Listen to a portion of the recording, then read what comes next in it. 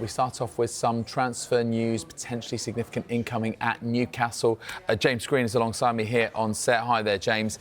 It looks increasingly like Eddie Howe is going to be reunited with the goalkeeper who did some fine work for him at Bournemouth, and this man is chasing him literally the length of the country, it seems. It feels that way, doesn't it? And I'll tell you what about fine work as well. Our reporter in the North East, Keith Downey, has done some fine work getting some shots of Aaron Ramsdale leaving a private jet in Newcastle. So he has arrived in Newcastle for his medical ahead of a season-long loan move to Newcastle. We're going to see the shots now. Even behind a bin, this is proper journalists there trying to get he's the undercover shot. taking these shots. The dedication. He's been there all night. They didn't realise he was there. But look, Aaron Ramsdale has arrived, more importantly. This is ahead of a loan move with an option to buy for the 27-year-old.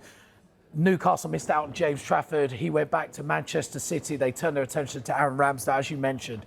Eddie Howe knows the player very, very well from their time at Bournemouth.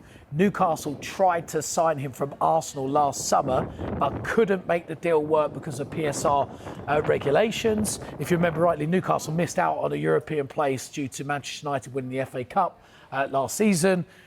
That meant that their PSR changed and they couldn't make that deal happen. They now can make that deal happen. They are closing in on that deal, and it's going to be Aaron Ramsdale against Nick Pope, competing over the #1 spot in what is a crucial year for any players at international level with a World Cup on the horizon. So two #1 goalkeepers who want to compete with Jordan Pickford are now going to be fighting each other for a place in that Newcastle side. So we'll see who wins that battle. Yeah, of course, and with Newcastle involved in Europe once again, as we know, at the highest level. And Ramsdale, former club Arsenal, you mentioned them, James, they've already been busy.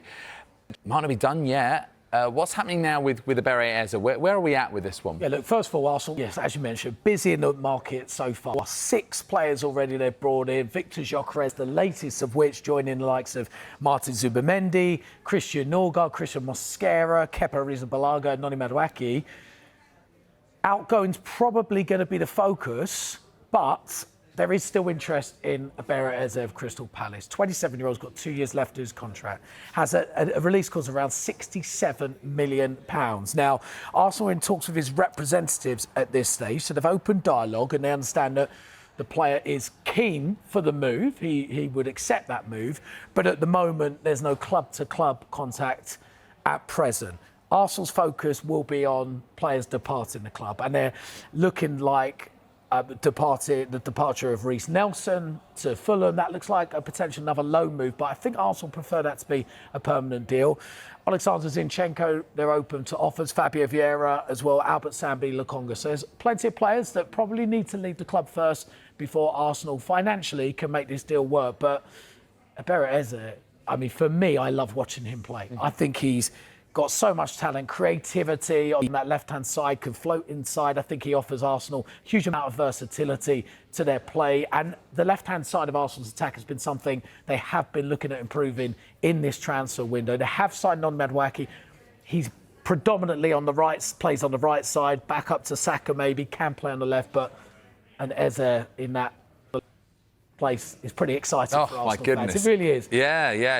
And Gyökeres to profit from all of that creative service, you would think. Yeah, so Arsenal already busy. They could get busier.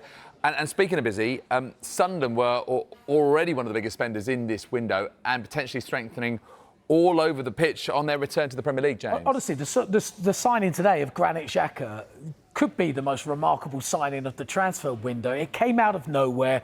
I think fans are excited by that. For Sunderland to get an experienced player like Xhaka in, played in the Premier League for 7 years at Arsenal, a couple of years in the Bundesliga, and invincible with Bayer Leverkusen. He is now going to be starting the centre of the midfield in that young side, providing huge amount of Premier League experience. And he became Sunderland's 7th signing of the window so far. And you think, you're looking at the amount of money they're spending, I think it's close to around 120 million at this stage. And you think, surely that's that.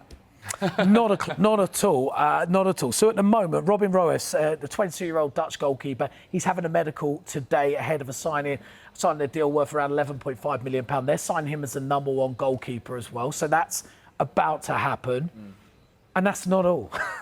Sunderland in talks with Chelsea over Marc Guiu. You know, I'm gonna go with this. It's Guiu. Guiu. There you go. Guiu. I knew you would know. I'd say Guiu.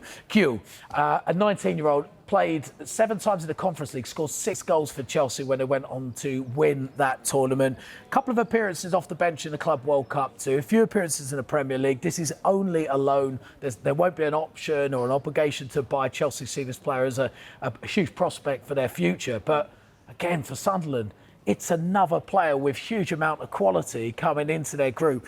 They really mean business, and we know how tough it is to remain in the Premier League for these newly promoted sides. Certainly the last 2 seasons have shown it is very, very difficult. But Sunderland are certainly, away from the football starting, are doing everything they can to give themselves the best chance of remaining in the Premier League. They spent 8 years out of the top flight.